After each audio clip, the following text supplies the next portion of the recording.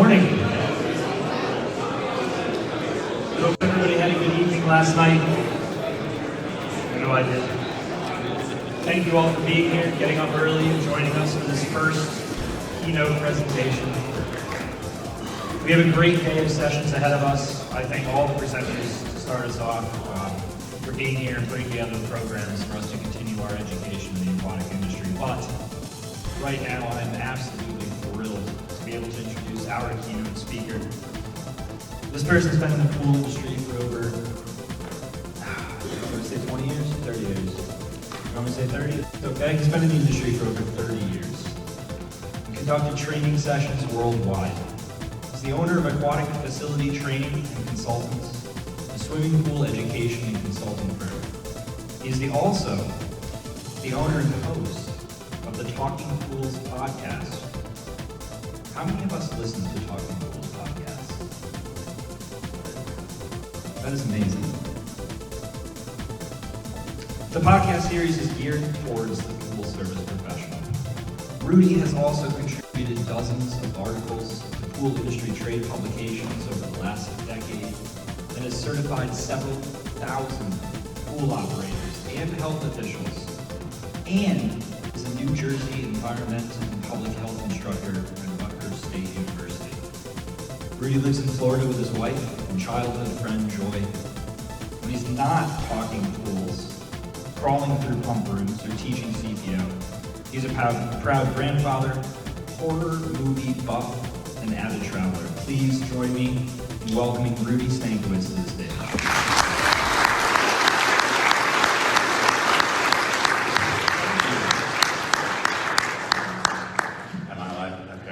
You know, so I brought index cards with me, and it's kind of deja vu because the last time I brought index cards to a speech was in high school.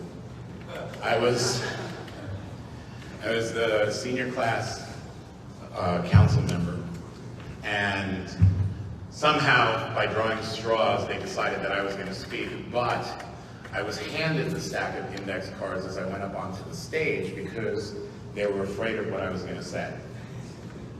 And my advisor, Mr. Raptis, sat at a table right in the front, fearful of what I was going to say.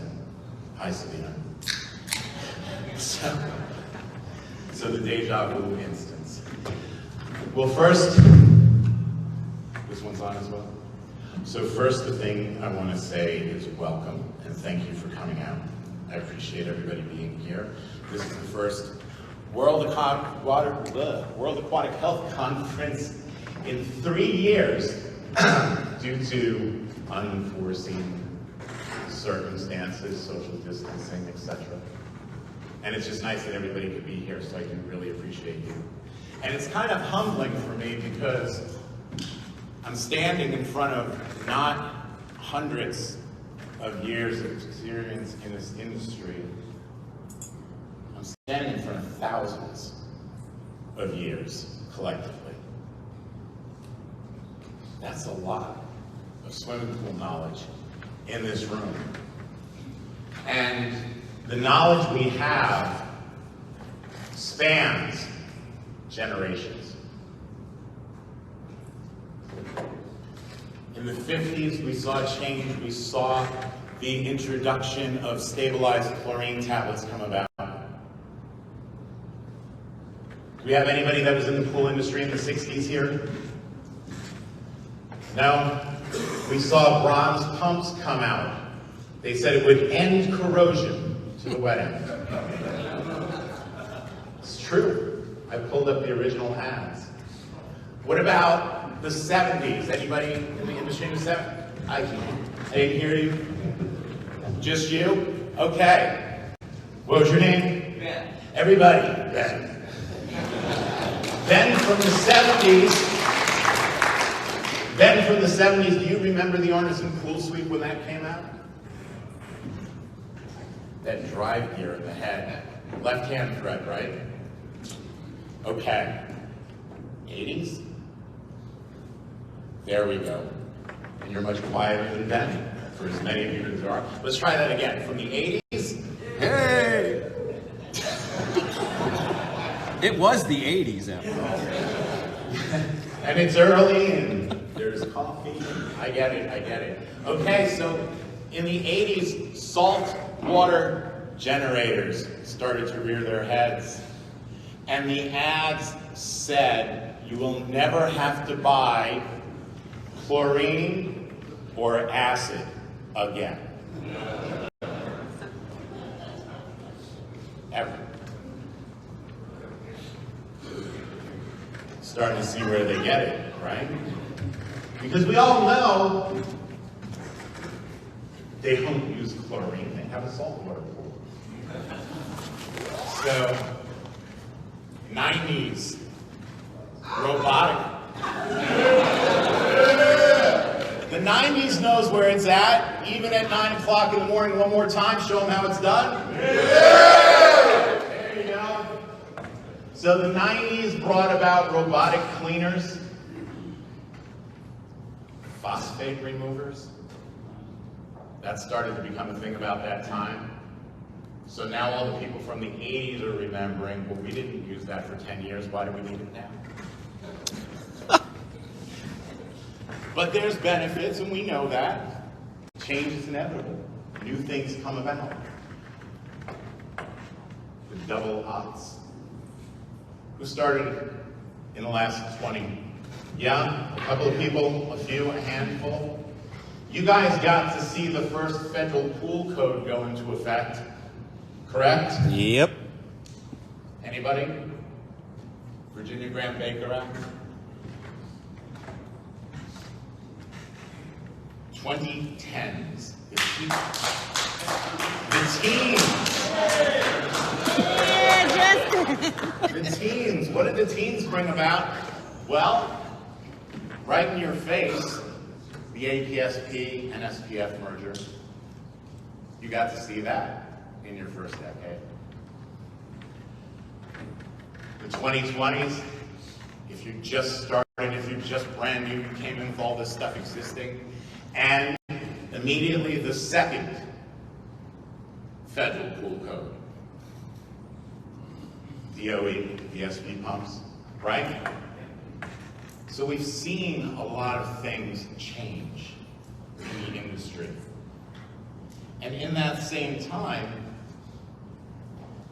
there were a lot of things that came about. Let me just grab these really quick because I don't want to make mistakes.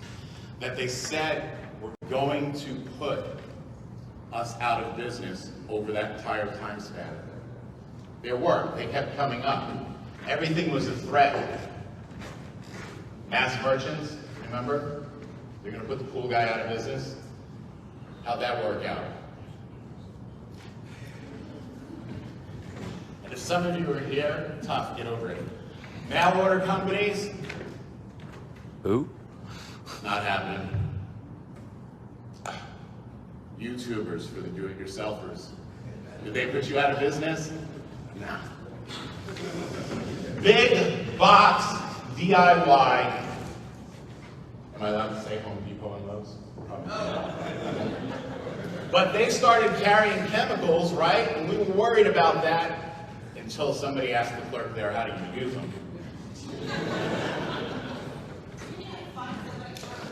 You have to find some. Amazon. Enough said. E-commerce in general, no. The Great Recession of 2008, did that kill you? Did that put anybody here at? No. The stupid pandemic, and I actually have it written down as the stupid pandemic. No, not only didn't we go out of business, we grew. 23% over the prior year. We grew, and we grew because of you. If you weren't who you are, that wouldn't have happened. So there's something unique, there's something special about you that enables you to thrive in the face of adversity. The threats aren't over yet. There's more to come. And people will tell you that they need you to change. You have to adapt. You have to evolve. All of these things that sound like you need to be somebody else in order to make it happen. But that's the absolute last thing we need. I need you to be you, and I need you to be more you than you have ever been before. That's how we get through these things. Now, times are different. Times change. But I still need you to be you. And we've entered an age that's a little bit different, where we're a little bit better at sharing information, at helping one another. We've seen that shift, right? Because I remember when we didn't want to talk to anybody because they're our competitor, and I'm not telling you crap. It's kind of like giving somebody the wrong direction when you pull over and ask, how do you get to such and such? Oh, yeah, it's 5 miles that way. We're not like that anymore as a whole. There are some that stick to their guns on it, but we're kind of helpful now. And that's good. And that's how we get through these. We take the you-ness of you, amplify it, find your superpowers, and then we all focus it on a common goal. And we all have that common goal anyway. And then we look at the resources that we have around us. Even starting small, look at folks that are sitting at the table with you. Do you know everybody that's sitting at your tables? Do you know her name? Okay. It was a bad example, I was just checking. You know, you could have rolled with it a little bit. Help me out, first keynote up here. I'm just saying. Done with that side of the room. I'm not even asking you. All right, anyway. But that's the point. No matter what you need, there's somebody here who knows. And I know we all speak a different language, generation to generation. And maybe somebody can help me. Eat. Does anybody know what eat means?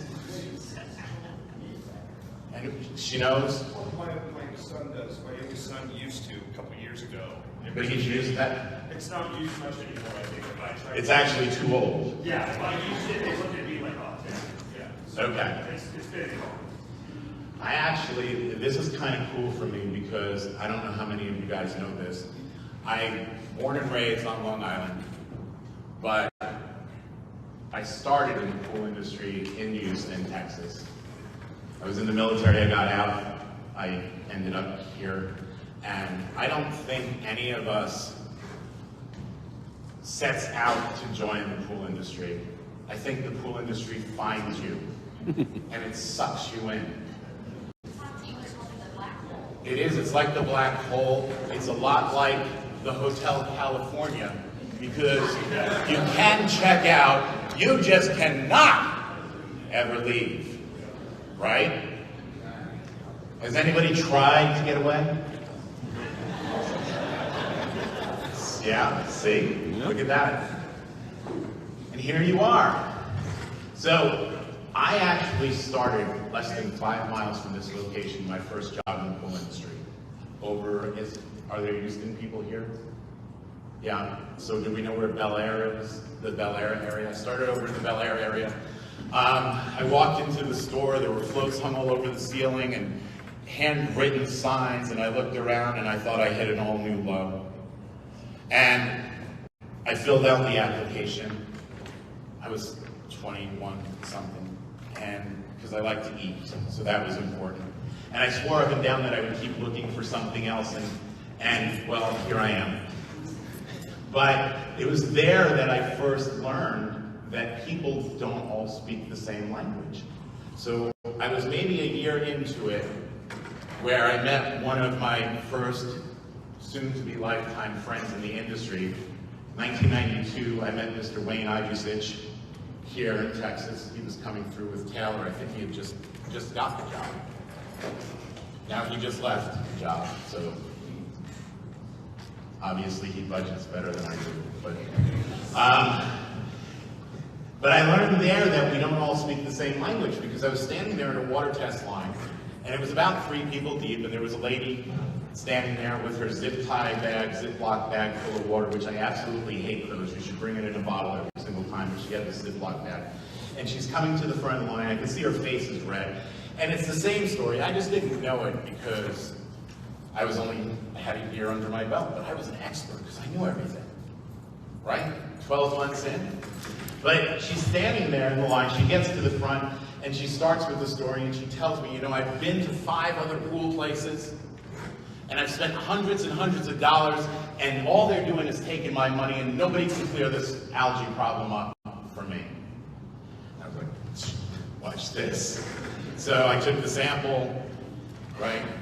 Obviously, this is the preferred way to do this. And poured it in, tested her water, and she's talking, and of course, as she's talking, she tells me she has a party on Saturday. Because I've come to learn that every pool owner has a party every Saturday, especially when they need to get something done. Because that's going to motivate me more, their party, that I'm not invited to. If you really want to motivate me about this party on Saturday, she got me an invitation. But I went through the process for yellow out because I thought that would be the best way to go. There's a few steps involved, but I found it to work well. So I walked her through the steps, and I'm a little out of practice, so if I get something wrong, please feel free to yell out and correct, not you, Ben, but feel out to yell out and correct me. The first thing you do, raise your pH to 8 or higher, right? Soda ash. The next thing I was going to have her do was add 2 pounds of yellow out for 15,000 gallons of water, pour half of the dose around the perimeter, and broadcast the rest across the surface. Follow with an equal amount of calcium hypochlorite, 2 pounds per 15, half the dose around the perimeter, broadcast the rest across the surface. The next day, of course, run the pump overnight. The next day, repeat the dose of cal hypo, right? Okay. Next day, she doesn't come in. Cool, I wasn't expecting her to. The day after that, she doesn't come in. I'm thinking, all right, the party's gonna go good. I'm still not gonna be there, but it's gonna be all right. Then, Friday, she comes in, and there she is with her Ziploc bag of water and her purple face. Just looks shaky. And I was like, all right. She makes her way to the front of the line, and you're just like everybody else. All you did was take my money and sell me crap that didn't work. And I couldn't really understand because I had not had bad results before. I went through my instructions with her line by line. Had her read back to me what she did line by line, and it all sounded very good. And she said, I did raise the pH. I did the 2 pounds of yellow out, half around the perimeter, half across the surface, the 2 pounds of cal hypo, half around the perimeter and half across the surface, ran it overnight and did the same thing the next day. And now what am I going to do with all of that chemical that's left on my pool deck that I had to pour around the pool?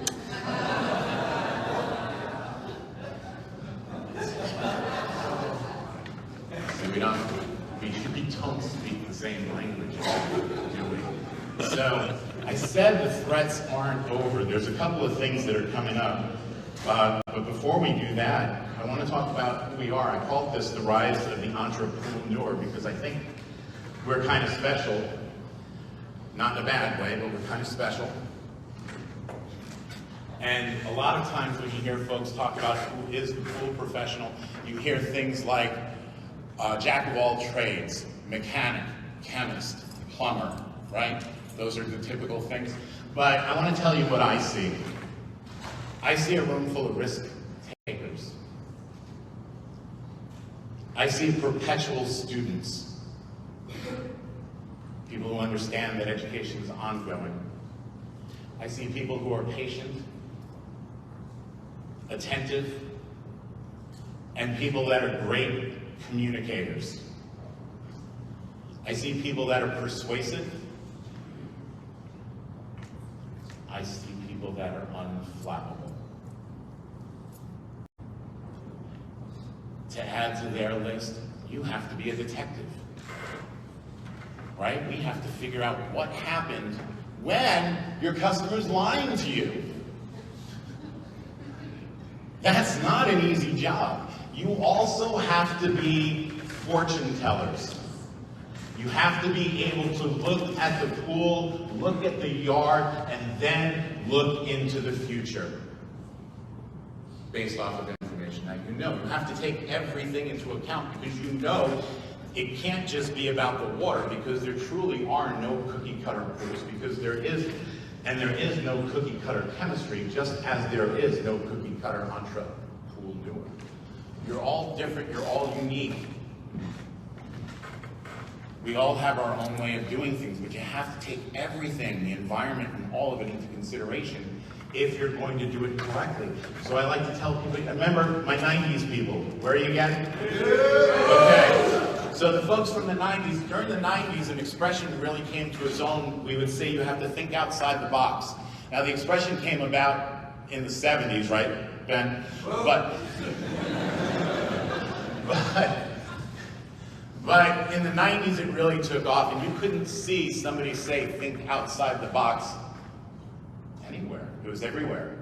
Every job application, every interview, right? We want people who think outside the box. That's who we want to fill this position. Why should I hire you? I think outside the box. I smudge the box. I trash the box. I burn the box. It's all about the box. Isn't a pool just a box filled with water? So I need you guys to think outside the pool and take everything into consideration. And if you can do that, those pools will get easier to take care of. Now here, you guys have the added responsibility of teaching people how to do that. And I'll tell you, I was a horrible student in high school. I went to my guidance counselor one time in senior year. It was when everybody was going to talk about what colleges they were applying to. And he told me that he really couldn't help me and I should have taken more shop classes. Mother, father. I'll tell you, I can say that. Wait, I have to check the list. No. We're good. Okay. So, but seriously, now whose fault is that? Now, I gotta admit, I will give any of you a run for your money with your teenage dirtbag photos. I promise.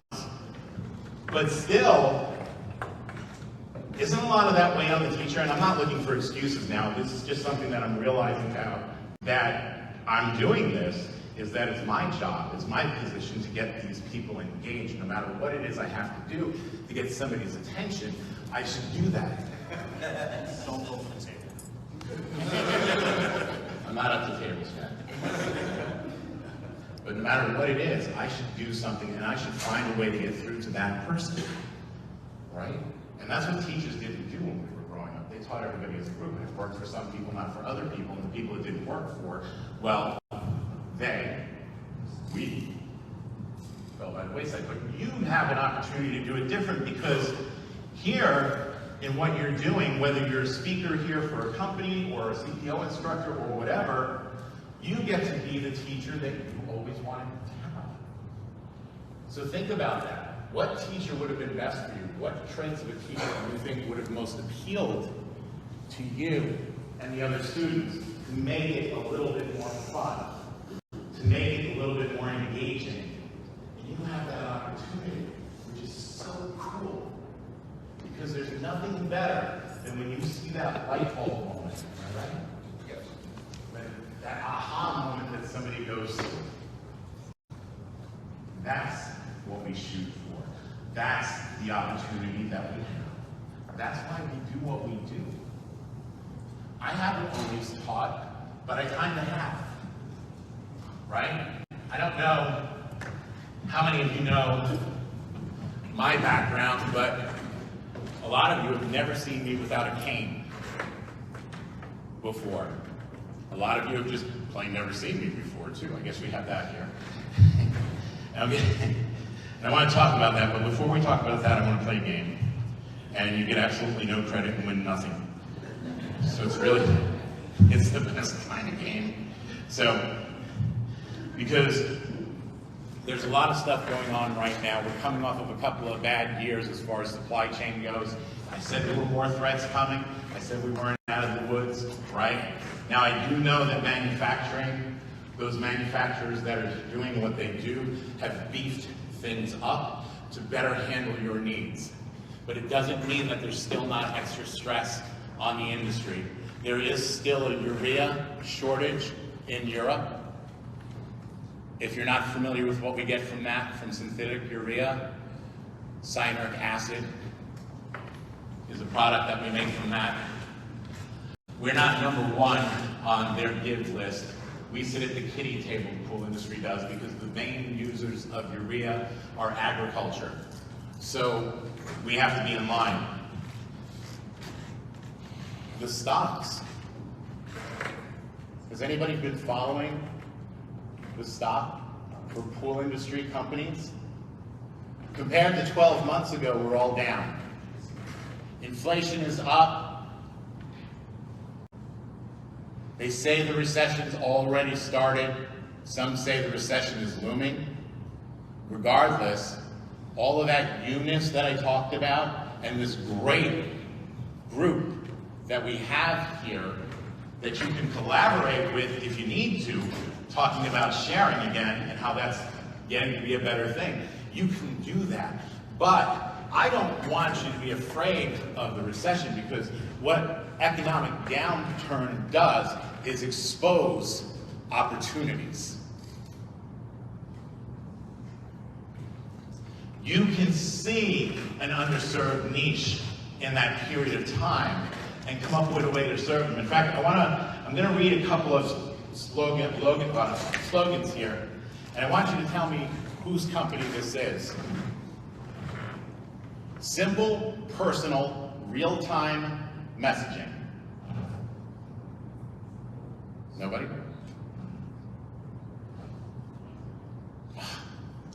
So much fun game. That's WhatsApp. Move the way you want to. Uber. Explore the incredible near you. Groupon. Can I make it easier? Belong anywhere. All right, if it came with a house, it's what Swimsley does. Airbnb. Airbnb, yes! All right, here's the last one. And maybe these aren't the easiest examples, but they're all great examples, and I'll tell you why. So let's do this first. We all grow together. It's a square. These are all companies that are doing well. These are all companies that were developed, that came to be in the 2008 recession. That's what makes these all good examples. These are all companies that came about during a period of economic downturn. So there are opportunities. So I need you to keep that in mind. So when you look at things, if things do turn, first I do need you to realize, look at this resource that you have. I've used it.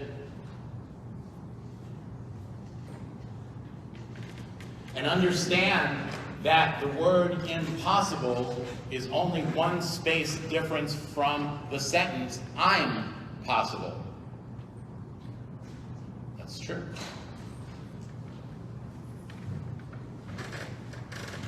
So, 2007, I'm guessing this is about when it started. 2008, I started having a little bit of trouble walking. I had a service company in North Central Florida, and I started to have trouble going across lawns, soft surfaces, things along those lines. So I immediately started going to doctors, because if you're going to do pool service work, walking is kind of important.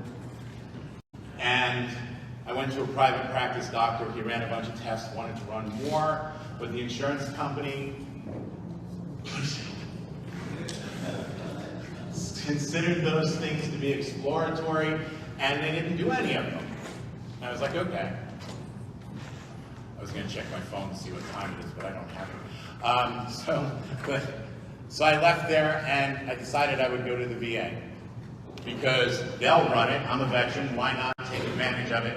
So I went to the VA, and they immediately started to diagnose me with things like MS, ALS, demyelinating polyneuropathy, a whole bunch of things that, took a long time for me to be able to pronounce. But they went back and forth, and couldn't find any conclusive proof of anything. So the folks at the VA sent me to the University of Florida Shands Hospital, so UF Shands. So I went there, and again, I went through all the testing. I went to every doctor appointment. I didn't skip any of them. I wanted this solved, and I wasn't going to give up. And this went on for about 6 years before the walking, or the lack of walking, got bad enough that I had no choice but to sell my service company, which I loved doing.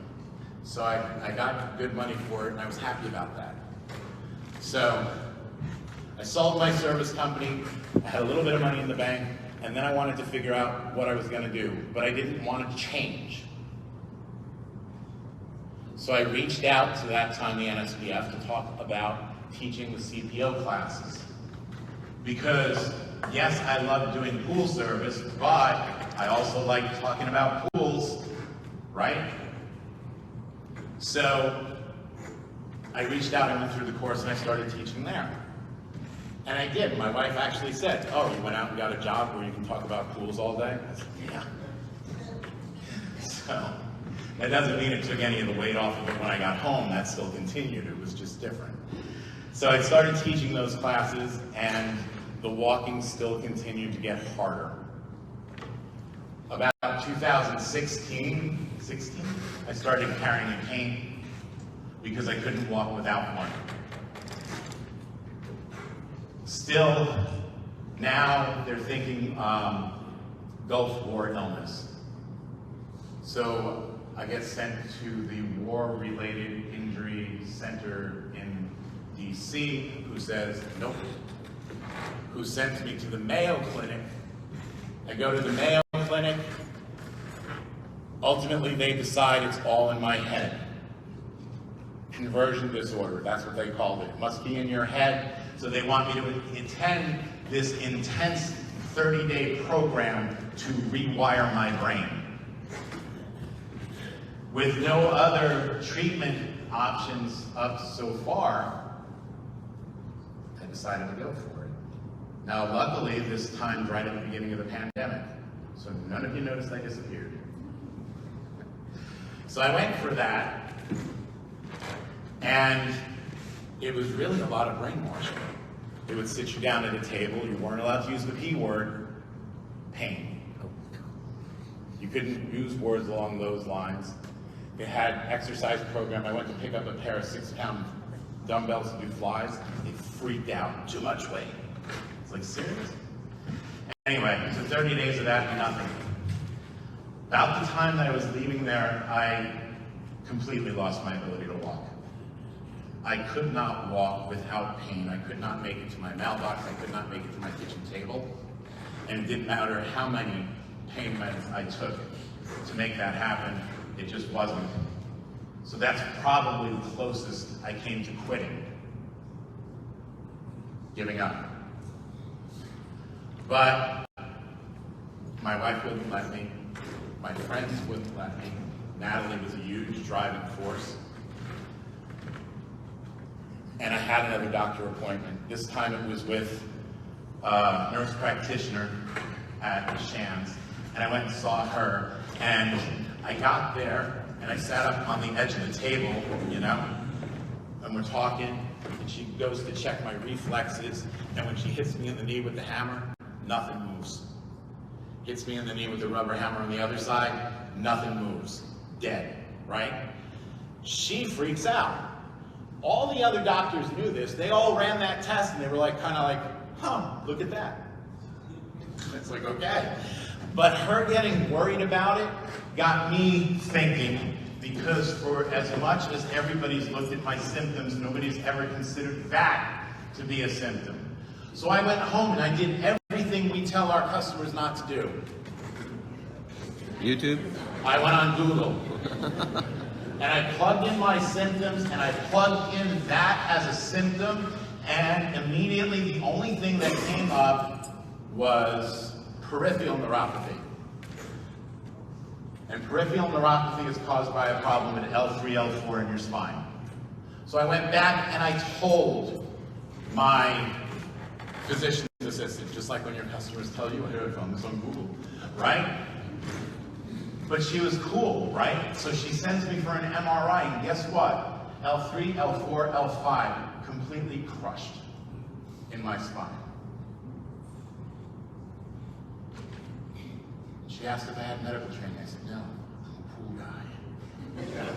Because we get shit and stuff done. It's on the list. So we get stuff done. But yeah, so that's what happened. So then I had to go, they set it up for surgery, but in order to get the surgery, I have to get the shots first. It's some insurance thing. They won't give you the surgery. They won't pay for the surgery until you get the shots. So they go through the shots, and they can't get the needle in between the vertebrae because it's all. They do the surgery. I'm laid up. So what am I going to do? Within a month, I can walk without a cane. It's not perfect, but I can walk without a cane. And I can go a pretty good distance before I need to take a rest. I am still left with nerve damage, so I fall sometimes, but not a lot. Only twice since the surgery. It's a heck of a lot better than things used to be. So, I still needed to work. I'm laid up, I need to heal, so I like to talk about pools, so I wrote a book about algae, right? About black algae specifically. But I don't know everything and I need help. And this is where I was talking about the sharing of information and how this room has such a wealth of knowledge for you to pull from if you would only use it. There are people here who are happy to help. I'm happy to help if I can. So I need somebody to edit this book. So I reached out to my friend Richard Falk, who took care of everything except for the algae specifics. And for that, I reached out to Dr. Darla Doors, is she here? From Montana. And she helped me by setting me up with one of her people to go through those things.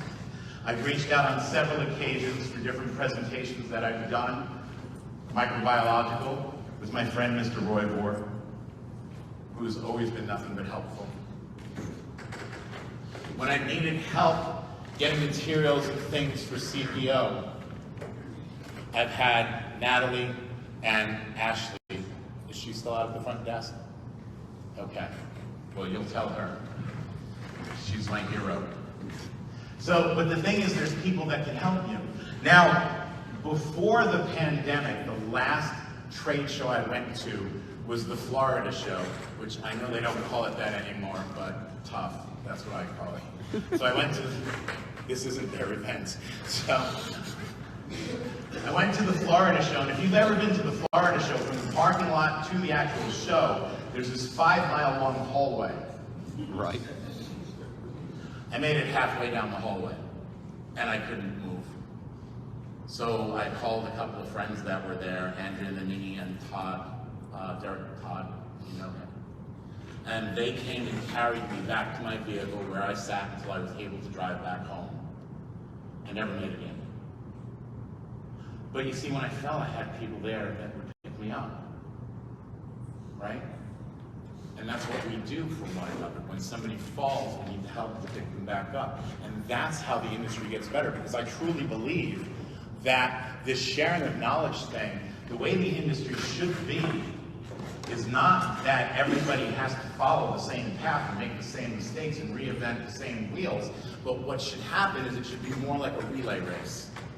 And I've made it this far, and I'm old, so you should be eyeing me up. But right now, I'm standing here with the baton and I'm ready for you to grab it, and I want to see how far you can take it. I don't want you to have to hack through the same weeds I had to hack through to get here. I want you to start where I am, because that's how we truly move forward. Now, last week, I was at the Aqua show in Charlotte, and I was talking with David Gilbreth and Eddie Lopez. Terry, are you here? Okay. So I was walking and talking with them. We actually, great people. I'll tell you, we were trying to get some of the people at the Aqua show to take selfies with your jugs, telling them they were the actual ones in the back of Jamie Foxx's truck. So, you all haven't seen that movie. But as I was leaving the presentation, as I was leaving the show at the end of the day, I started walking back to the building, and that was the last time my legs had given out recently, and I hit the sidewalk. So for them, it must have been like they were walking alongside me and I stepped in a hole, because they just disappeared. But they immediately helped me back up. Until I was okay, and they made sure that I got to the hotel and everything was fine. And the cool thing about whatever it is that I have going on is that it only takes about a minute before everything is just perfectly fine again. It's weird, but it's mine. I can walk, I'm happy, I don't care. So, but that's what we do for one another.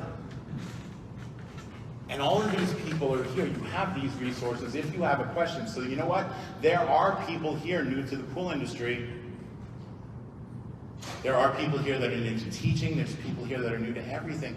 Reach out to somebody that's been doing it for a while, or reach out to somebody on your same level, because you know what? A second set of eyes definitely never hurts. That's how we get through these things. That's how we get through economic downturn. That's how we get through recession. That's how we get, because like I mentioned, you know what? We don't speak the same language, and I will tell you point blank, I don't do my best work advertising to millennials or Gen Z. But you know what? You need Gen X. I got you. The untouchable generation. But seriously, if you need help marketing to that group, I need help marketing to the others. And we can work together with that. If you run out of product, if you can't get what you normally need, find an old person.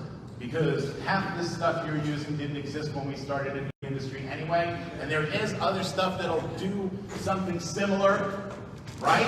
It's out there, it's easy to get. That's how we get through this. Sharing, being a team. Competition is only bad if your competition is undercutting, doing things along those lines. As long as everything's a level playing field, it's okay to collaborate, right? As long as everybody's on the same team, as long as everybody has the same goals, we can get there together.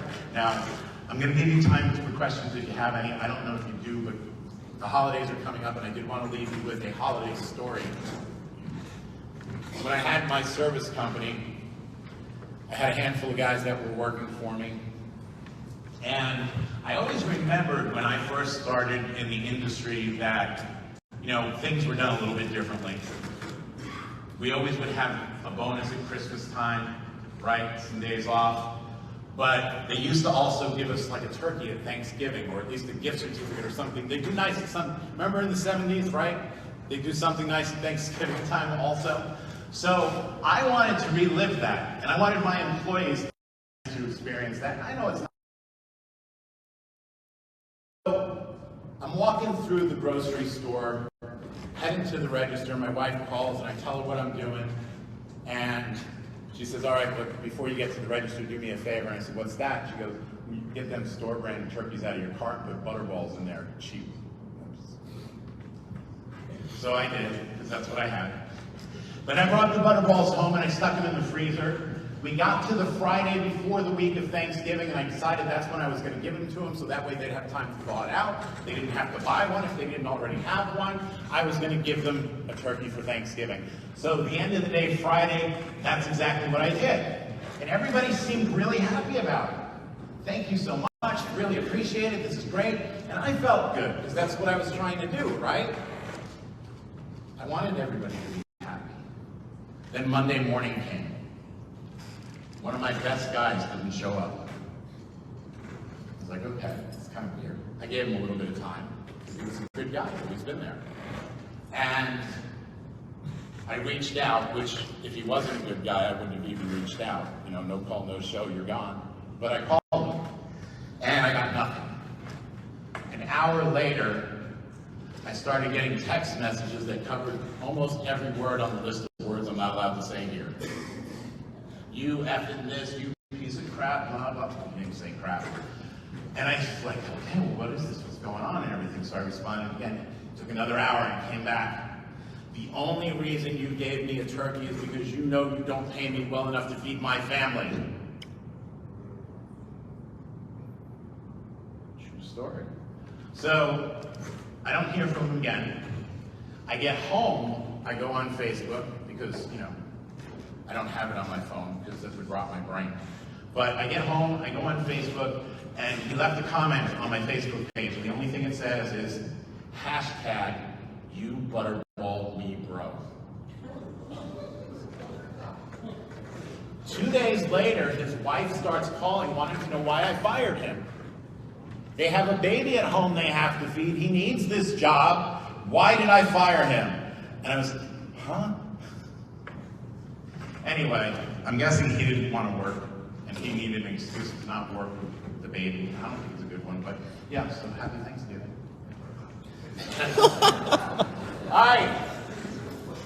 If you do not listen to the Talking Pools podcast, you're wrong. Listen, please listen. We appreciate you guys. It's definitely a podcast for the pool professional. We are not a typical interview style podcast, so you will not be bombarded with infomercial after infomercial. We do interviews, but they are very limited. Check it out. We have 3 different shows every week. The goal is sharing of information, like we talked about. The goal is to get that information across on another platform that's a little bit more broader than the ones we've been doing. But you can definitely hit me up on Facebook, Instagram. You can hit me up on TikTok, but that's a scary place. There's a bunch of vile children on that. Anyway, welcome to the WAHC.